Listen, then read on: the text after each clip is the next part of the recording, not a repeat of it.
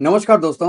अजब देश की गजब कहानी। और ये मैं बात कर रहा हूं मुस्लिम उम्मा के अकलौते न्यूक्लियर आर्म्ड कंट्री पाकिस्तान। उसकी क्या वैल्यू है अपने ही उम्मा में।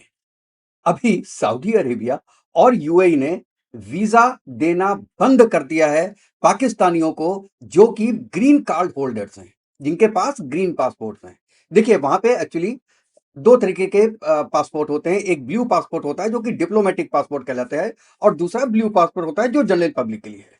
तो ये मना हो गया है, और ये मैं नहीं कह रहा हूं दोस्तों, ये कह रहे हैं।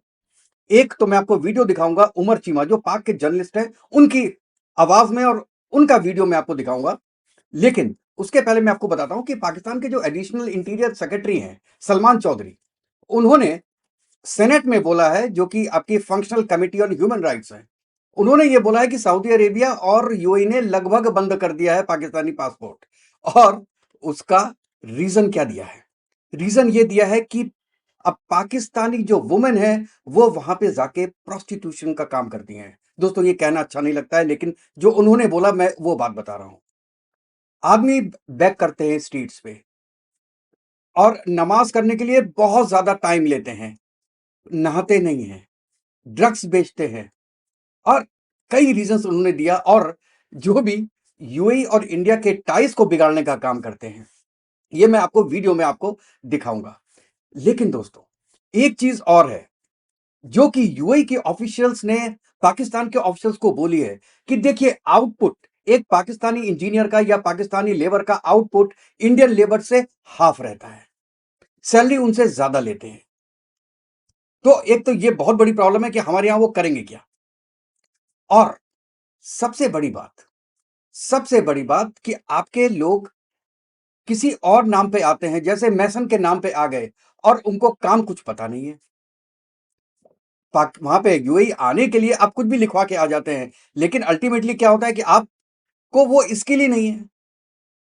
तो और एक रीजन जो उन्होंने बताया वो ये बताया कि हिंदू या इंडियंस वहां पे पाकिस्तानियों से डबल रेशियो में है, लेकिन वहां की जेलों में केवल 10% हिंदू हैं और 90% मुस्लिम्स हैं, मतलब पाकिस्तान के हैं। पाकिस्तान के तो मुस्लिम ही जाएंगे ज्यादातर वहां पे। और इंडिया में दोनों मिक्स होंगे, चाहे हिंदू हो चाहे मुसलमान, दोनों मिक्स होंगे। वो इंडियन है 10%। तो ये रीजन है कि लगभग ब्लॉक कर दिया है। और साहब अभी तो ये केवल यूएई और सऊदी अरेबिया ने किया है ना। अभी आप आगे आगे देखिए कौन कौन से कंट्रीज ब्लॉक करते हैं। और उसका सीधा साधा एक रीजन है कि आप फेनेटिज्म की तरफ जा रहे हैं। और अगर आप फेनेटिज्म की तरफ जाएंगे तो आपका दिमाग ना पढ़ाई में लगेगा, ना किसी और स्किल में लगेगा। और केवल वहां पे अगर बारिश हो जाती है, वहां पे अगर तूफान आ जाता है, तो आप कहते हैं कि यूएई ने मंदिर बनवा दिया इसलिए यहां पे तूफान आ गया। और सोशल मीडिया भर भर देते हैं इन स्टोरी से। और ये यूएई को पसंद नहीं है। और जब आपको वहां पे लगा कि यार इजराइल और पाकिस्तान की आपस में दोस्ती हो रही है, तो वहां पे हल्ले मच गए। और गाजा को लेके वहां पे लोग झंडे उठा दिया यूएई में। यूएई ने कहा भाई साहब यहाँ पे ये काम मत करो, ये काम तुम जाके अपने यहाँ करो, यहां मत करो। और इसीलिए दोस्तों इंडेक्स को जो आज आया है, हेनली पासपोर्ट इंडेक्स, उसमें पाकिस्तान का नाम 103वीं जगह पे है। उसके नीचे कौन है साहब? यमन, इराक, सीरिया और अफगानिस्तान। और ट्रंप साहब आपको बहुत बहुत धन्यवाद कि आपने ऐसे लोगों को अपने सर के ऊपर चढ़ा के रखा है। जिस बंदे ने पाकिस्तान को हथिया लिया है, अपने हाथ में ले लिया, उसको आपने अपना बगल बच्चा बनाया हुआ है। तो चलिए दोस्तों वीडियो देखते हैं पूरा, और उसके बाद बात करते हैं। जो यूएई वाले हमारे स्वार्थाने को बताते हैं, वो जब कहते हैं कि आप हमारे लोगों को वीज़ा क्यों नहीं देते, तो एक तो उन्होंने ये बताया, उन्होंने कहा जी कि आपकी जो लेबर है ना, ये कोई इनका कोई स्किल्ड लेबर नहीं है, कोई हुनरमंद, यानी कि इनके पास हुनर नहीं है, इन्होंने को बाकायदा इन्हें काम उस तरह से आता नहीं है। बहुत सारे इस तरह के भरावा मेरा को वीज़ा लाया को मिस्त्री का, तो मैं पहुँचा। और फिर उसके बाद जो है उन्होंने असी जो जिस तरह बड़ी बातें करते हैं ना, हम जो है आन जॉब ट्रेनिंग के आदि होते हैं। साढ़े इतने प्राइम मिनिस्टर तो लैके एक लेबर मजदूर तक जो ने सारे आन जॉब ट्रेनिंग होंगी है कि पहले कुछ आता नहीं होता, और जनाब वो मिली चीज़, और पहली वो नौकरी होती है, और फिर जो है यानी कि ਉਹਦੇ ਨਾਲ जो वज़ीर आज़म मुल्क के नाल जो हाल करता है, और ਜਿਹੜੇ दूसरे ਜਿਹੜੇ ने जो लेबर है वो फिर जिन्हों के कार जो बना रहे होंगे ने उन्होंने जो हाल कर दिया। उन्होंने कहा जी कि आपके लोग जो हैं उनका स्किल सेट का प्रॉब्लम है बड़ा और शदीद प्रॉब्लम है।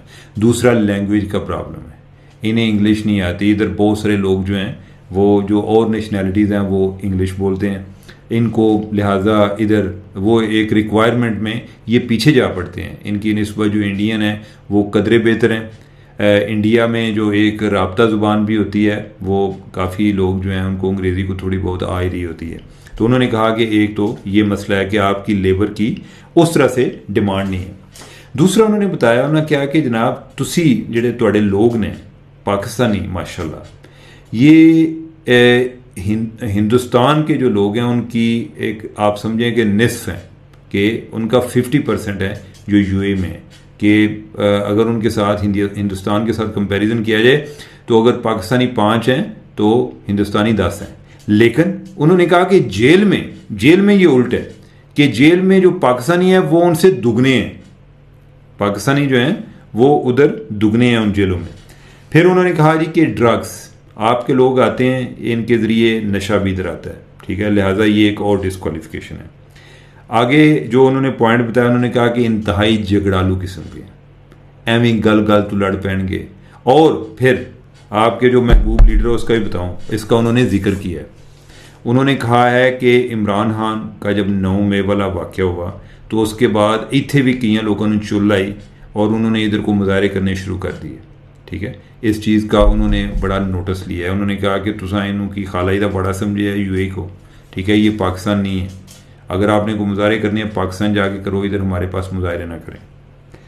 फिर उन्होंने कहा जी सोशल मीडिया जो है ना ये हमें एक तबाही के दाने पर लेके जा रहा है जिसका हमें एहसास नहीं है। हमें तो एक नया शऊर आया ना, नए शऊर में हमें एक जिसने भी जो चीज़ पढ़ा दी है ना असी उधर चल पे ने। उन्होंने कहा जी कि ये सोशल मीडिया पे जो कर रहे होते हैं इधर को बारिश भी हो जाए, ठीक है, तो वो भी हमारे खाते में डाल देंगे। उन्होंने कहा जी पिछले दिनों जब बारिशें हुई, जब उधर एक सैलाब वाली सूरत हाल है, तो उन्होंने कहा जी कि ये जो पाकिस्तानी हैं सोशल मीडिया पे ये बातें चला रहे थे कि इन्होंने चूंकि इधर को मंदिर बनाया है हिंदुओं के लिए तो इसलिए अल्लाह का अजाब आया। दूसरा अगेन ये सोशल मीडिया के हवाले से उन्होंने कहा जी कि हमारी जो इसराइल के बारे में पॉलिसी है, जो हमारे सफारती ताल्लुकात हैं और जो हमारे हिंदुस्तान के साथ सफारती ताल्लुकात हैं, तुहाडे लोगों को बड़ी तकलीफ है। ये सोशल मीडिया पे ये बातें करने से बाज नहीं आते, ठीक है। और उन्होंने कहा जी कि ये ट्रैफिक जो है ना, इस तरह की ट्रैफिक ये पाकिस्तान से भी आ रही होती है और हमें ये पसंद नहीं है। हमने किस मुल्क के साथ किस तरह की तल्लुकात रखने हैं, तुसी साढ़े मामे नहीं लगते कि हम आपसे मशवरा किया करें कि भाईजान दसो, आप तो हमसे खुद पैसे मांगने आते हैं, आप कौन होते हैं मशवरे देने वाले। फिर उन्होंने कहा जी कि आपके लोग जो है ना इनके हाइजीन के रिलेटेड इश्यूज़ हैं। वो क्या है जी कि नांदे नुंदे को नहीं, गंदे होंदे ने, इनकी जो रहतल है ना को ठीक नहीं है। ये एक और उन्होंने ये इशू उठाया। फिर उन्होंने कहा जी कि आपके लोग जो हैं जो माशाल्लाह नमाज़ पढ़ते हैं, लंबी ब्रेक पर जाते हैं नमाज़ पढ़ने के लिए, दुराने काम लंबी ब्रेक्स पर नमाज़ पढ़ने चले जाते हैं। तो जो भी एक उनका पोटेंशियल एम्प्लॉयर है उसको इतनी लंबी नमाजें पढ़ने वाला बंदा पसंद नहीं है, ठीक है। उसके बरक्स जो इंडियन होगा या जो नेपाली होगा उनकी तरफ से उन्हें इस तरह का मसला नहीं आता।